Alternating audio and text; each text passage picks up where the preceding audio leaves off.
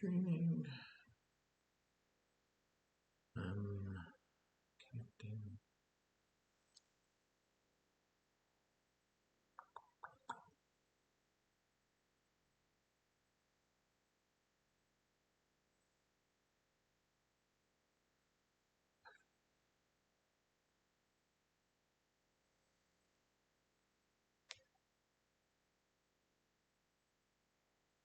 Okay. One.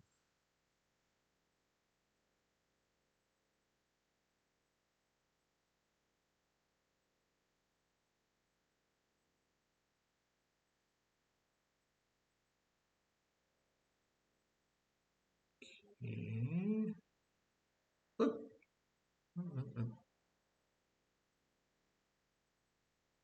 All right, looks like we are live. Good morning. Welcome back to Sunday school. Come on in. Come on in. We're live. I finally got to make it a morning. Yes. Woohoo. Glad you are here. Long weekend. So we had a away game Friday night in Hale County, down in Moundville. Yeah. And so then we had competition in Hayden, right? So we go like an hour to Moundville, south of Tuscaloosa, and then we go an hour and a half north Saturday to Hayden. Yeah, I know, right? Well, that's not as bad as when we did Marbury. That competition, we played Holtville, which is next to Marbury, which is on the other side of Clanton. Right? And so Friday night, we didn't get home till,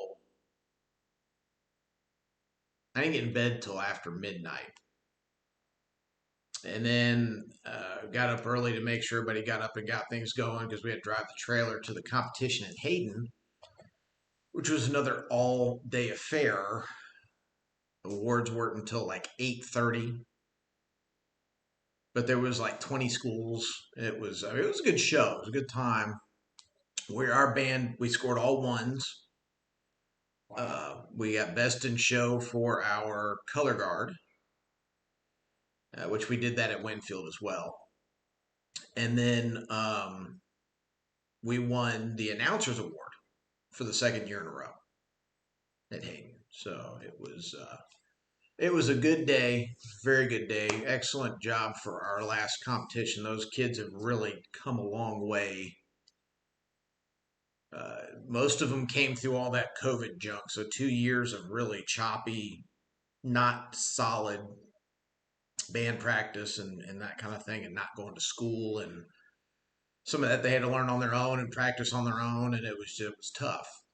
That's awesome. And so for them to come this far and to really put together a solid performance was really good. Very proud of them. So we've got homecoming next week. We've got our bye week is the last at the end of the season, not in the middle. But then we made it into the first round of the playoffs, which is going to be on the other side of Montgomery.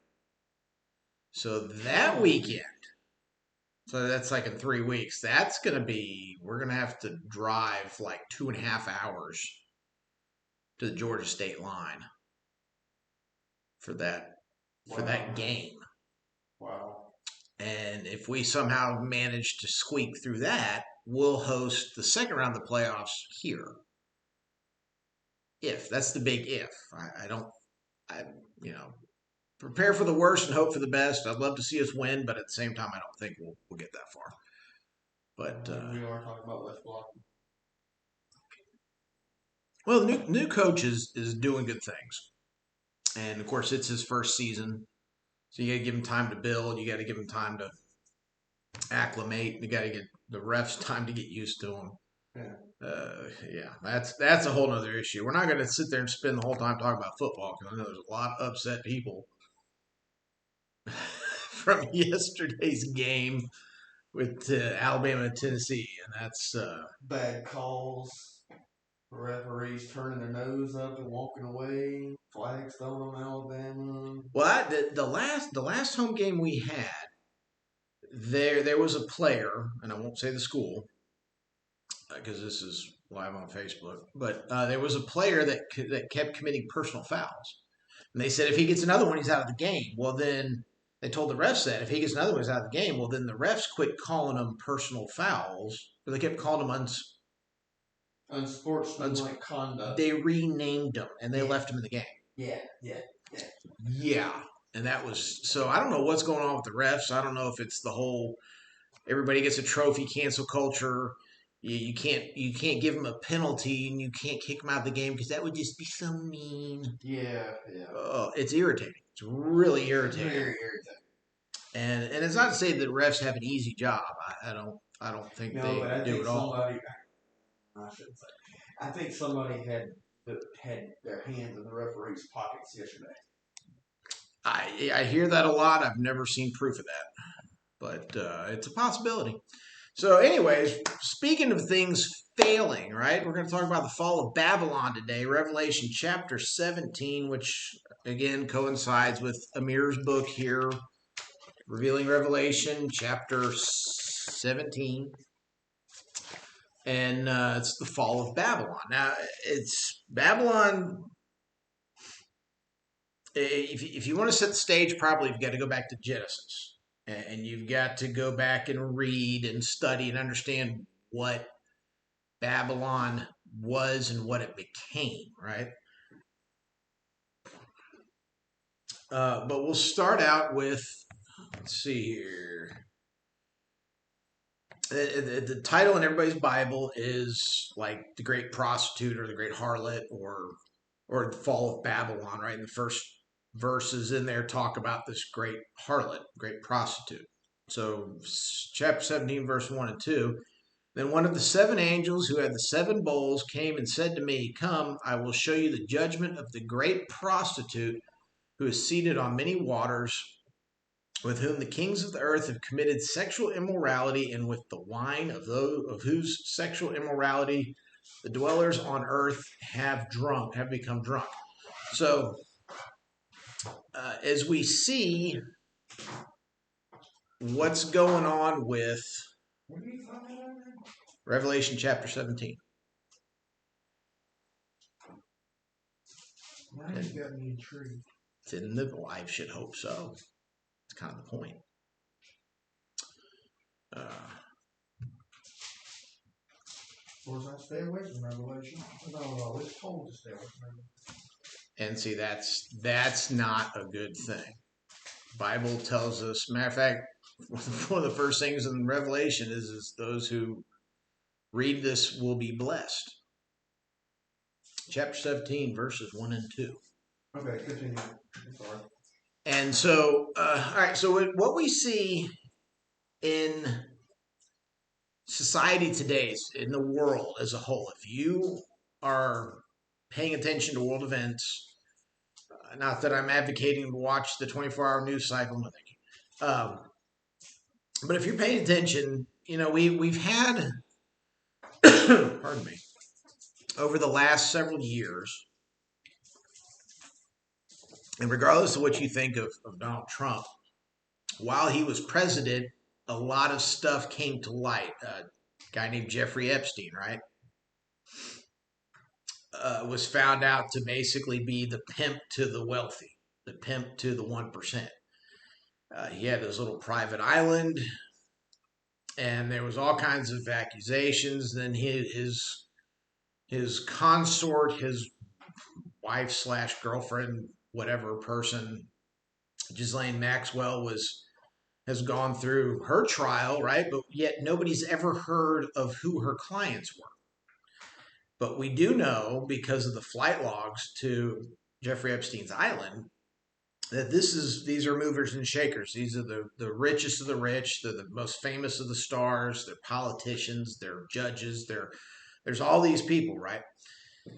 And if you also paid enough attention, a few years ago, we found out that Prince, what was his name? Andrew, the late Queen, her husband was good friends with Jeffrey Epstein. And a lot of stuff came to light on his type of interests.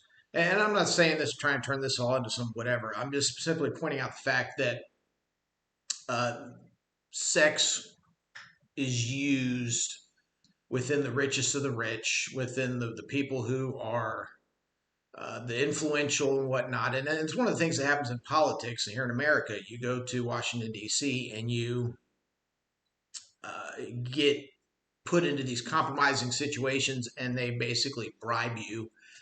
And if you don't vote our way, if you don't support our bill, then we're going to expose your activities or this image that makes it look like you've done something inappropriate. We're going to put that all over the news and destroy your marriage. And sometimes the politician has children who do illicit things, right? So what you see is exactly what verses 1 and 2 are saying here. And there's two subjects in the Bible that are spoken of more frequently than anything else when you put them together, and that's sex and money.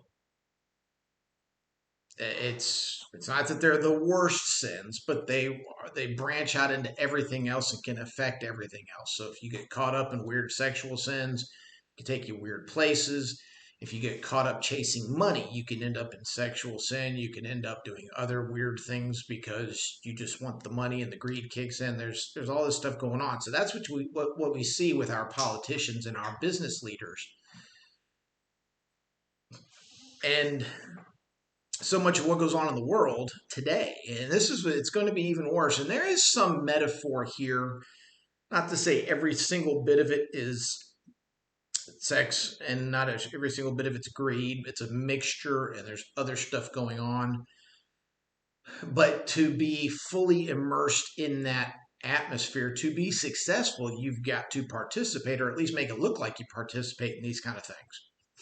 And that's where the world is, and that's where the world leaders are. And so when the rapture happens and the Christian influence is removed from the earth, and the 10 kings come out of all of the mess, right? The world is divided into 10 kingdoms.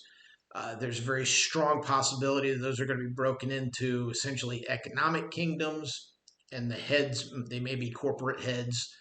One of the things you see in government right now is kind of this aim of fascism for the government to control corporate industry.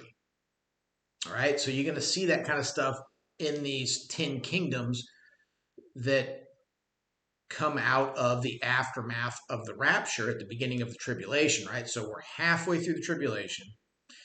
And what this gets into and talks about with Babylon, right? Now Babylon originally was a nation. They were a superpower, so to speak. They were used to chastise Israel. But the original starting point for Babylon was the Tower of Babel. All right, so you go back to Genesis chapter 11, and you look at verses 3 and 4. They decided to reach for the heavens, not by God's provision.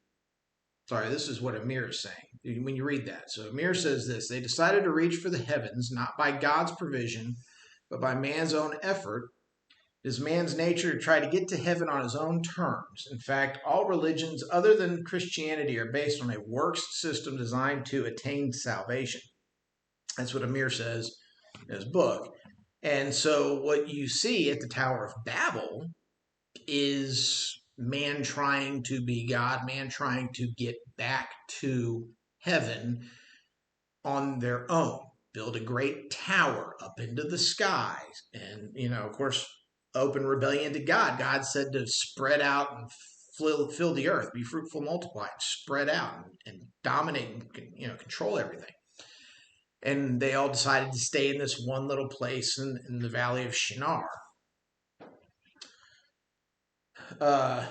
Amir also says this: the second issue the people in Shinar had was that rather than doing something for the glory of God, they wanted to make a name for themselves.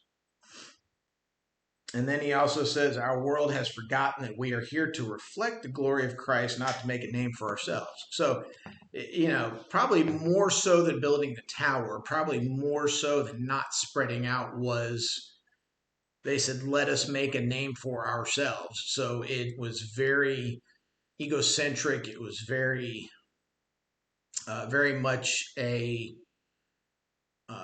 pride thing, right? And so that became, now of course the Tower of Babel, God destroyed it. If there's and I meant to look this up, I forgot to look this up. It's a guy named Walid Shubat. And it's Shubat, Shoebat. He's a former Muslim terrorist. He's now a Christian evangelist and speaker. I forget his website, but if you look up Walid, Walid Shubat, it's been a long time since I've looked at anything he's put out. Well, he's Islamic, so former Muslim terrorist. And but anyways, he believed that they had located the original, archaeologically speaking, had located the original Tower of Babel, and at the time that he was talking about this several years ago, they were building, the Muslims over there were building one of the world's largest like apartment buildings, and it was a fully encompassed city inside this building, and it had a moon observatory in the top of it. So the very top floor of it was designed to study the moon. That's a big part of Islamic culture, is studying the moon. There's some form of moon worship involved in their religion as well. But anyways, so it actually was a city, but we're at the point now, and Amir gets into this, like Tim LaHaye and some of these other guys out there. It's what is being talked about here because Babylon has fallen, right? Well, Babylon is the world system. We've talked about this before. Babylon is an economic system. It's metaphorical for the world system and the world religion that's going on right now. We're in. So while the Babylon Empire is no longer an empire, their influence is still ongoing today because of the economic system and religious system of this pantheistic, worship anything and everything other than God himself, kind of a religion thing going on, right? If you look over here in verse 5, and on her forehead was written name of mystery, Babylon the Great, mother of prostitutes and of earth's abominations. And I saw the woman drunk with the blood of the saints, the blood of the martyrs of Jesus. So in this vision that John's having, he sees this woman, you go up here in verse 3, sitting on a scarlet beast, and it had 7 heads and 10 horns. Now, the 7 heads, I think we've talked about this before, but the 7 heads are basically 7 kingdoms. And we've been through 5 kingdoms. We're in the 6th kingdom. The 7th kingdom will be the Antichrist and one world government during the tribulation. Also mentioned in the book of Ezekiel. Yes. And the 10 horns on the beast is the 10 nations, the 10 kingdoms that arise. So I mentioned this before, that Satan is basically running our world governments right now. And, his influence, again, the sex, the greed, all these different influence you have to do things improperly and to, to set themselves up as God himself, as if they are God, right? And so that's what's going on right now in our world governments. And when the Christian influence is removed by the rapture, now all of a sudden they have to come together to solve all the problems that the world has, right? And they're going to coalesce, and it's going to be even worse because you're not going to have that Christian influence to slow down or stop certain immoral things, right? And if you And I know everybody loves this whole idea of electric vehicles, right? Hmm. And that's what the government's pushing on us. If you do some research on where the rare earth minerals come from that are needed to build the batteries, China, Russia, parts of Europe, the US, everybody's fighting over these places in Africa that have the rare earth minerals needed to make the batteries. Again, rare. So it's not everywhere like gold, it's not everywhere like oil, it's not everywhere like diamonds. Uranium's one of the things that go to uranium, platinum. Yeah. The only reason why I know that because I used to work at the battery plant at Mercedes. Okay. I've actually watched them actually process the materials down to make the actual batteries itself. And one of those batteries is about $8,000. Yeah. I mean, the costs are ridiculous, but the point of this is if you go and look up these mines in Africa, and you have everybody and their sister are fighting over China is trying to bribe the local leaders in these places, and corporations are going in as part of their government sponsored stuff to try and control the rare earth minerals because then you will because they're artificially shutting down all of our petroleum stuff and doing away with regular standard internal combustion engines, or at least making them very difficult to utilize. um, so here's this little nation in Africa that's been poor, and now all of a sudden they have this stuff of great value, and without any sort of Christian influence to temper how that's handled, they're going to rape this little nation in Africa. And they've got children mining these metals, something we don't do here in America. I mean, there's a certain age at which you can begin to work, but to have, to come to work with your whole family and all of your children are out there in dangerous environments in some kind of strip mine, some kind of a underground mine, or you're standing, ankle deep in cesspool water looking for chunks of these rare earth minerals. I mean, it's really just not a good way to be, and it's not a good place to be. So that's what's implied here when it talks about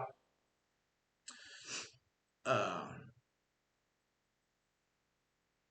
how how the Babylon system is going to collapse in on itself because these 10 nations, these 10 kingdoms, are going to go after Babylon. Now, Babylon itself, again, it's no longer an empire, but it's like an anti-Jerusalem.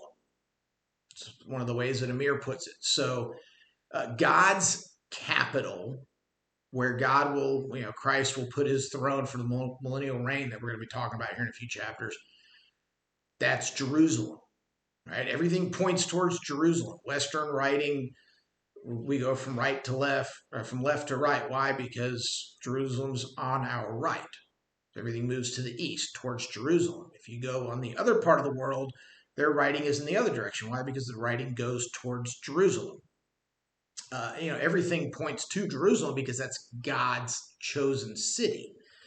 And that is where God's temple was built. And that is where Christ will sit on his throne for 1,000 years. Okay, so the Antichrist, who has to have his own stuff, he's going to copy. All he can do is copy God. So he goes and he does his own thing. Well, he's going to create his own Babylon city that is going to be the center, it'll be the capital of the one world government, one world economy, one world religion. All of that will be centered in this particular Babylon city. Now, is exactly where is it? Well, it's probably not going to be landlocked in Iran or someplace where the original Babel was.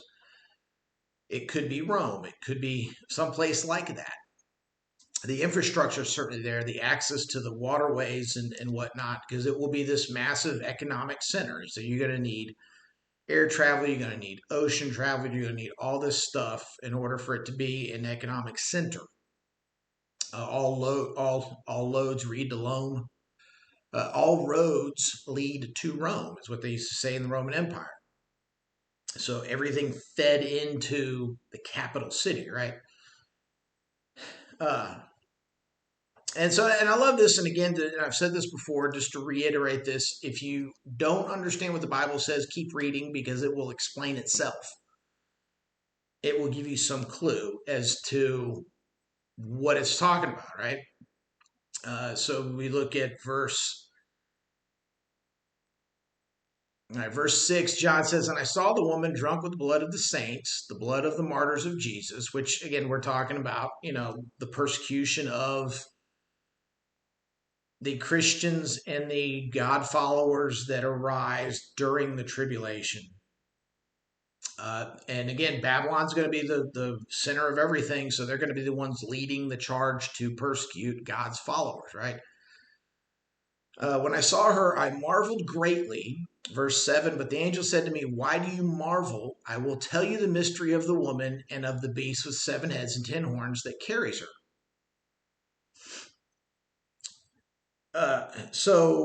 Keep reading. Now, real quick, just to kind of go back on the Babel thing, there was a guy named Nimrod who was in charge. He was essentially like the first king that ever existed on Earth.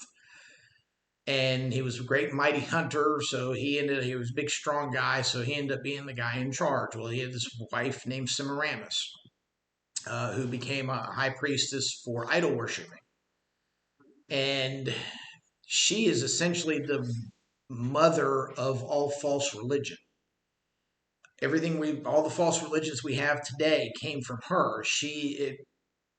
And Amir doesn't get into this, but in the stuff I've read before, and according to tradition, she was having an affair. Nimrod found out. She had Nimrod killed. The son that came from that affair was named Tammuz.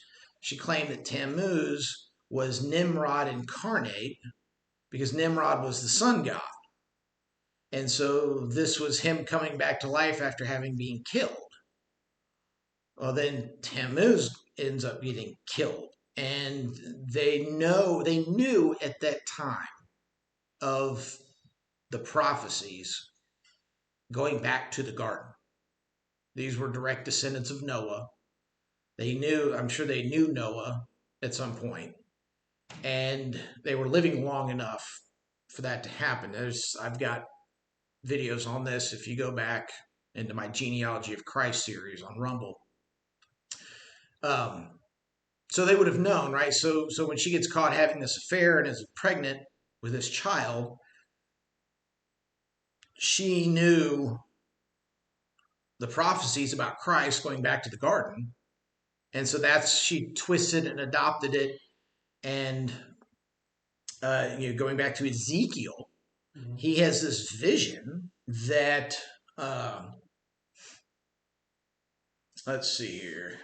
See what Amir says about this. Nimrod had a wife named Semiramis who was the high priestess of idol worship. Her followers believed that she had miraculously conceived a son, which was a lie. His name was Tammuz, and he was born to be a savior of his people. Again, he was supposed to be Nimrod incarnate. Soon a religion developed around these two, with people worshiping both mother and child. What does that sound like? Tammuz worship continued in various forms over the centuries, eventually reaching even into the temple in Jerusalem, where in a vision Ezekiel saw women sitting there weeping for Tammuz. You can find that in Ezekiel chapter 8. So the one world religious stuff's going to creep into, and we see it right now. Not every Jew is a devout Jew. Not every Jew is Orthodox. Not every Jew follows their own law and follows God. And certainly, majority of them do not accept Christ as their Savior. So they're chasing false religions, right? And all of this is going to play into, there's going to be a lot of Jews that are here after the rapture happens because they haven't accepted Christ. And so when this whole thing happens and the Babylon system is put in place, again, the beast that the prostitute comes riding in on is the beast, is the Antichrist. And the woman is, it's the world system utilizing Satan and his influence in order to become rich and powerful. And at some point in during all this stuff that's going on, they're going to turn on. And this is, we saw the supernatural call after the sixth bowl plague that was poured out, and the Antichrist calls for the armies. All right, the Antichrist, the false prophet, and Satan himself. They call for the armies of the 10 kingdoms to come together in the Valley of Megiddo in order to attack Jerusalem. As long as Jerusalem exists, it's a counter to Babylon, to whatever exact city that is. And it's Satan's still trying to defeat God. So they're gonna call everything together. Well, it's Satan is the author of confusion. And so it's very difficult for his forces to do things in a really organized fashion without having a whole lot of problems. I mean, think back to World War II and Hitler. And Hitler got to a point where he was shooting his messengers, and his whole entire war effort fell apart. I mean, it was very, very possible that Hitler could have won if he had been able to maintain some form of sanity. Now, whether it was because he was taking drugs, because of back pain or something, whatever, I don't know. Maybe whatever his problems were, you can do all your research and study that if you want to. But the point is that you have this evil man under the influence of Satan who killed not just 6 million Jews, he killed 11 million people, period. Several million, 3 or 4 million of those were Christians. And everybody conveniently forgets that. And it's not that I'm anti Semitic, because I'm certainly not. It's very tragic that he killed 6 million Jews, but he also killed 3 or 4 million Christians. And then the rest of them were a mix of Hindus and uh, just all different other kinds of religions. It was anybody who would not conform to his way. Exactly. Anybody that would not conform to Hitler's religion and Hitler's whatever, he exterminated them. And he was told point blank, if you don't eliminate the Christians, you will fail. And so he went into churches. You can read Dietrich Bonhoeffer's biography. Excellent read. Got it at home. And he was a preacher during World War II. He actually got involved in an assassination attempt against, try and kill Hitler to stop him. Excellent read. But again, the so-called Christian churches within Germany either they were like Dietrich Bonhoeffer and got put in prison or killed, or they acquiesced and preached the gospel of Hitler as opposed to the gospel of Christ. So they compromised, and their churches became state-sponsored propaganda platforms. All right, so that's what you're going to see in the one world religions, right? And so if you're not going to fall in line with the one world religion, they're going to shut you down or they're going to harm you. It's been a while since you've heard about this, but a few years ago in China, they bulldozed a church during service. Christians in China worshiping on a Sunday, and the Chinese government rolls in with bulldozers. While they're in there, they killed a couple hundred people. Why? Because they weren't spouting communism. They weren't preaching communism. They were preaching Christianity. All right, so there's not going to be room for Christ in the new one world government, in the new one world religion. But the problem is it's going to collapse in on itself because there's everybody's fighting each other because they're all greedy. They're either greedy for whatever kind of sex, or they're greedy for whatever kind of money is going to be there, whatever kind of currency is going to be there. And they're all going to be fighting over this. So Babylon's going to be caught in the middle of it. Like Bitcoin. That's Bitcoin. Well, that and I see that's a whole different discussion, and I don't have time to get into all of that. But that could, digital currency could be. But again, I've said this before, and I think that you're going to have multiple things as the mark of the beast, and whatever the one world currency looks like, there's going to be regions of the world that aren't going to be able to participate because they're not going to have any electricity.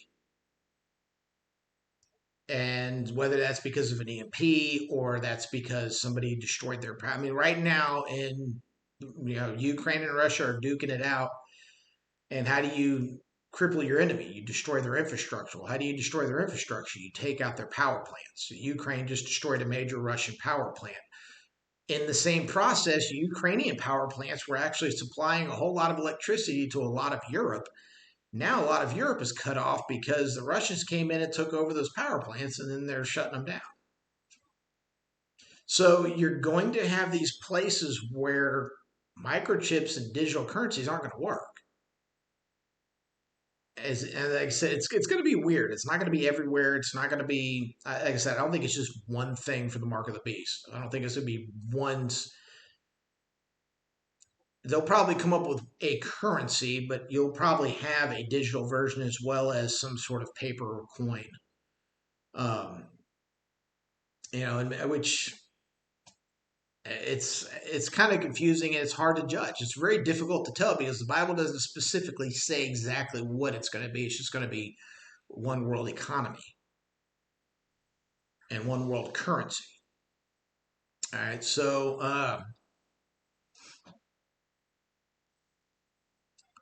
the beast is going to, verse 8, the beast is going to come out of the bottomless pit, and it's going to go to destruction. It's going to go to perdition. And so, and the dwellers on earth whose names have not been written in the book of life from the foundation of the world marvel to see the beast, because it was and is not and is to come. And so, verse 9, this calls for a mind with wisdom. The 7 heads are 7 mountains on which the woman is seated. Again, 7 kings, 5 of them have fallen. One, the other has not yet come, and when he does, he must remain only a little while. So this is only going to happen. This is going to happen for a very brief period of time. Of course, verse 12: the 10 horns are the 10 kings who have not yet received royal power. Now, it says for 1 hour. Now, is that an actual hour of 60 minutes, or is that like 1 year? I didn't look that up, but it's a very, very short period of time. And again, keep in mind, this is the second half of the tribulation. So we're talking about 3.5 year period that these judgments are being poured out. And this is the pouring out of the 7th bowl, which will complete all of God's judgment on mankind. So while you have the 14 judgments, the seal judgments and the trumpet judgments in the first 3.5 years, then the next 3.5 years are going to be the bowl judgments. So they're going to be spread out over 3.5 years. And let's see here. So like I say, the kingdoms are going to converge on Babylon and tear it apart. And they're going to destroy it. It says it right here.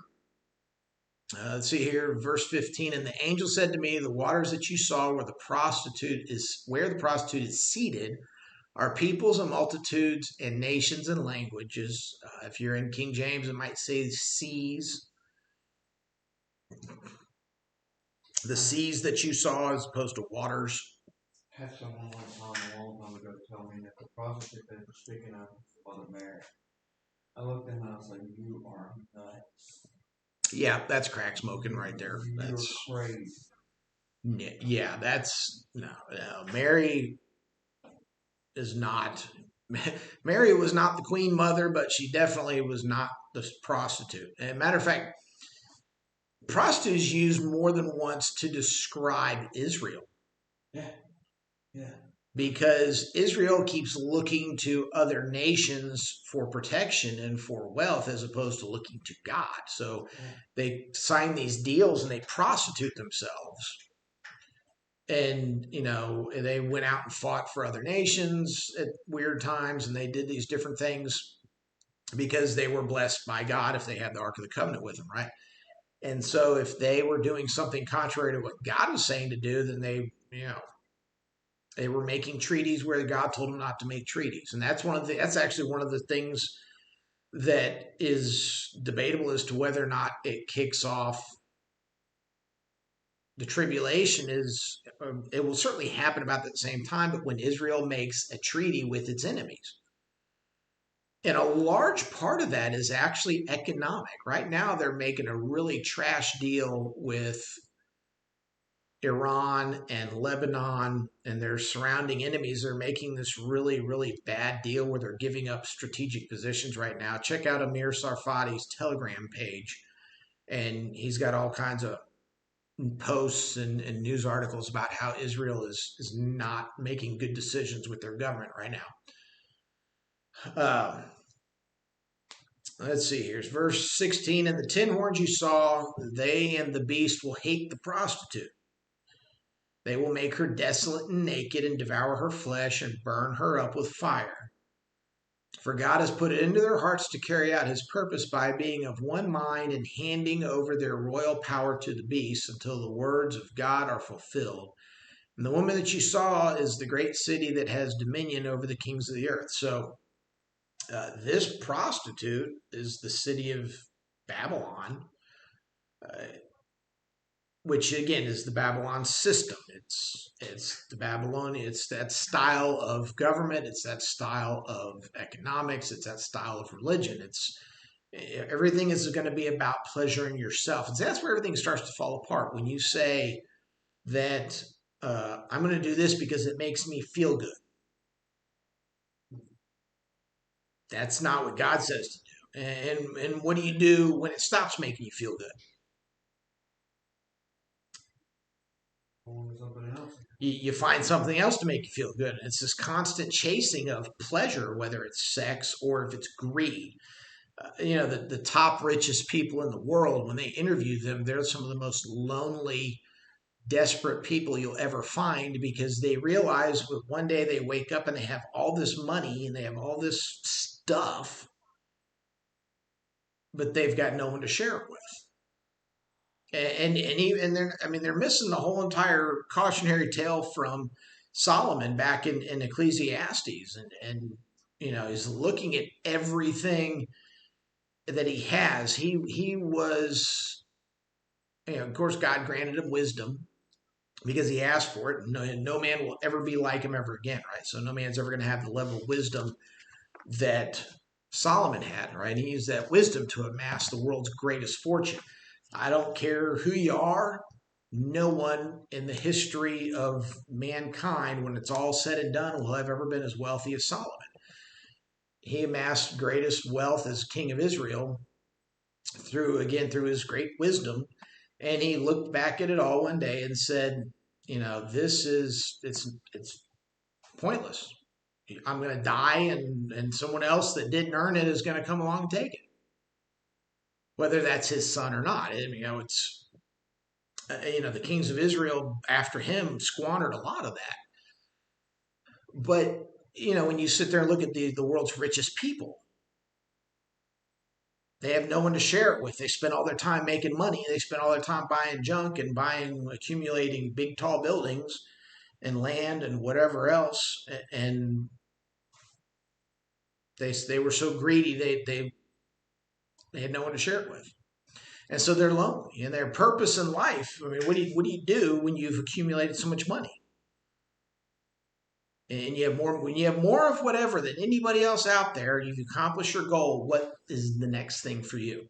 What do you do? And that's the kind of the whole thing about serving Christ, is when you have set about some ministry and you've accomplished your goal. Say you want to go feed all the homeless, right? And you're doing that. You're feeding the homeless. There's always another homeless person. Christ said it. You're always going to have the poor, but you're not always going to have me, right? So there's always going to be somebody poor. So if you are doing the things right by God and following Christ, and you're out looking for those people that need help, there's always going to be someone there. So our purpose is continually fulfilled from one person to the next. If you make it your goal to be the top player in the NFL, whatever position, when you want to have the biggest contract, you want to have the biggest plays, and you want to have the most yards, and you want to have the most tackles and whatever. Once you get there, then what? And hopefully you get there before your body's so broken that you can't do anything else after that. I mean, that's, athletes generally don't stay in the game for a long time, especially if you're like a lineman or a linebacker, somebody down in the mix on things that's always getting hit and nailed and stuff. I mean, you might find a quarterback that lasts a long time, but your average lineman is not in the NFL for very long. It's because they're so broken down, their knees, their other joints, whatever. It just. But once you get to that goal, if you whatever, pick a sport, NBA, hockey, whatever, race car driver.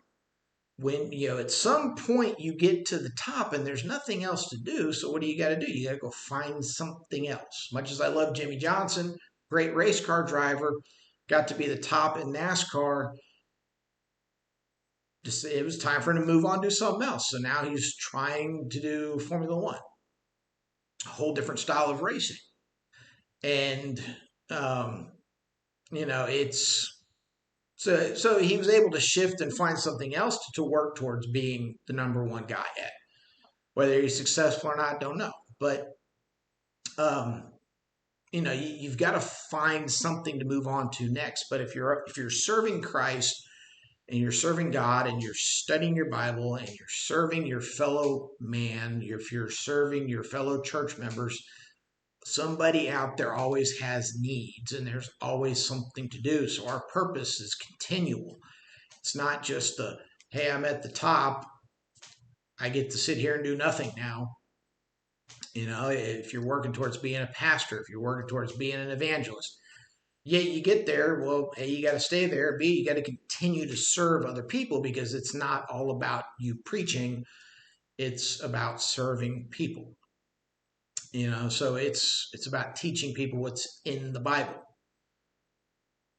But that's the thing about the world system, the Babylon system that Satan has been working on for thousands of years, and it's it just has this lack of fulfillment. So what do you do? What are they going to do? They're going to eventually collapse in on themselves, and they're going to eat their own, so to speak.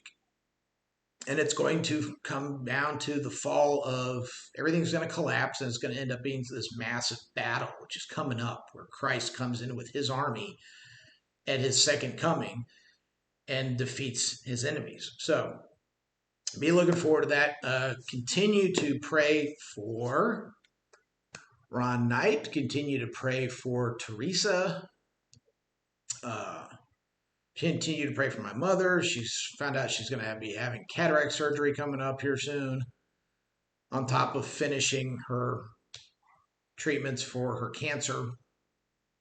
Be praying for Brother Roy and Miss Tracy. They're on vacation, so I'm filling in today. Pray for me. I've got both services. Hey, if you can't tell by the bags under my eyes, a couple of weeks ago I went back and looked at the video, and I looked so tired. I mean, that was when we had that competition out at Winfield that weekend, and that was, ugh. So the good news is competition season for us is done. Thank God I'm getting a little bit of rest, but now I got to replace the fuel pump in my truck. So a little update on my dad. Yes. He is doing better. It's been a couple months after his surgery and whatnot, and his replacement parts. I jokingly tell my dad a lot. I was like, Dad, you're like a made in America Chevy truck. You just replace the old parts and keep on going. And he laughed at me. He's like, son, I believe that I would have rather died and went on to heaven to be with God than be here. And I said, well, Dad, I said, it's just, I didn't want you to leave. And that's the reason why we pushed for it so hard. Well, now, he's come to the realization that he can't work on cars anymore by himself. He can't cut grass by himself. He can't get out and move around like he used to. Because, it's not like I want to keep him in the house all the time. He does get out and do small things. Yeah. But he's not really walking anymore. He's really sliding his feet instead of walking. Mindset wise, my father is great. He don't have any kind of dementia or anything like that. But his body is just so torn down from so much hard work over the years. Yeah. His body is it's all catching up to him. And plus, he was a really bad alcoholic over the years. And now that he doesn't drink past 7.5, 8 years, his body's now trying to rebuild it and recover itself. And he's gotten to be so old. Now he's almost 72 years old, and his body's trying to recover from that for so many years. And there's no way. It's impossible. Well, I won't say impossible. It's improbable. I won't say it's impossible. Everything's possible with God. I was getting phone calls saying my father was not going to live for another 6 to 8 months. He had an expiration date. He was going to die, period. Next thing I knew, the doctor's telling me that he has a clean bill of health now. If nothing but the power of God, the power of prayer, man, I don't know what else to say. Well, God has a purpose for him to still be here. And that's what you got to help him figure out is what is, obviously he can't do the things he was doing. Right. So he's got to repurpose himself. Absolutely. And what better way than to help him figure out where his purpose is with God. And speaking of that, men, starting this coming Tuesday, 6 to 7:30 for 8 weeks, Weapons 101 Men's Discipleship Program class we're going to be doing here at the church at Lowrytown. And so be in prayer for that and show up. If you're a man and you're in the area, bring your son with you, bring your grandson, bring your nephew. Real men, not people that think they're men, but real men. You can bring them too. We all need to learn how to be better men. We all what the Bible says about how to be better men, not what society under Satan's leadership says men should be like. And that'll be an interesting sermon tonight because I'm going to get into that. And so tune into Lowrytown Missionary Baptist Church Facebook page and see what the Lord has to say through me. So God bless, and I will see you guys next time.